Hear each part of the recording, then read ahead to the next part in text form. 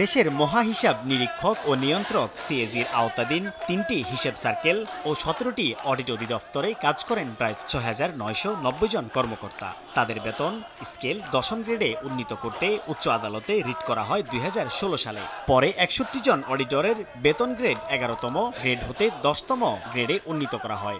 বাকিরা ১১তম গ্রেডে থাকায় সৃষ্টি হয় বৈষম্য। ইতোমধ্যে রিটকারী আরও ৬০০ জনকে ১০ম গ্রেডে উন্নীত করা হয়, তবে তা মানতে রাজি নন বাকি অডিটররা। তাদের দাবি সবাইকেই ১০ম গ্রেডে উন্নীত করতে হবে। এখানে যাদেরকে দেওয়া হয়েছে ৬১ জনকে, এটাকে ব্যক্তিকে দেওয়া হয়েছে, কিন্তু পদকে দেওয়া হয় নাই।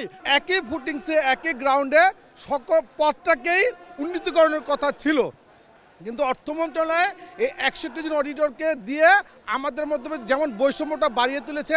আগে ডিপার্টমেন্টে বৈষম্য ছিল, এখন অডিটরের রুমে রুমে বৈষম্য ঢুকাই দিয়েছে ওই অর্থ মন্ত্রণালয়।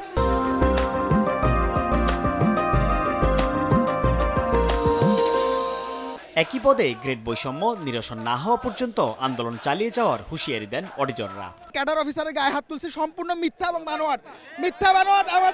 আমাদের আন্দোলনটাকে প্রশ্নবিদ্ধ করার জন্য তারা এটা করতেছে এবং আমাদের মধ্যে বিভক্ত করতেছে। আমাদের কাজটা আসলে বন্ধ রয়েছে পরিবেশ পাচ্ছি না বলে। আমাদেরকে যদি মানসম্মানটা দেওয়া হয় তাহলে আমরা ফেরত যাব। তাদের দাবি পদোন্নতি আটকে রাখার পিছনে অর্থ মন্ত্রণালয় জড়িত। আর অর্থ সচিবের অপসারণের দাবি করায় রাতের আধারে রিট করা কিছু সংখ্যক অডিটরকে পদোন্নতি দেওয়া হয়েছে। একদিন আগেই বললেন যে আপনি এটা পাবেন না, আবার পরের দিনে রাতের বেলা, তাও নট অফিস টাইম, রাতের বেলা জিও জারি করে বলতেছেন যে আপনি কন্টেম্পিটিশনাররা পাবেন। তাহলে এটা কেমনে একটা অর্থ মন্ত্রণালয় যদি এই ধরনের ঘটনা ঘটায়, এটা তো আসলে কোনোভাবে মেনে নেওয়ার যায় না।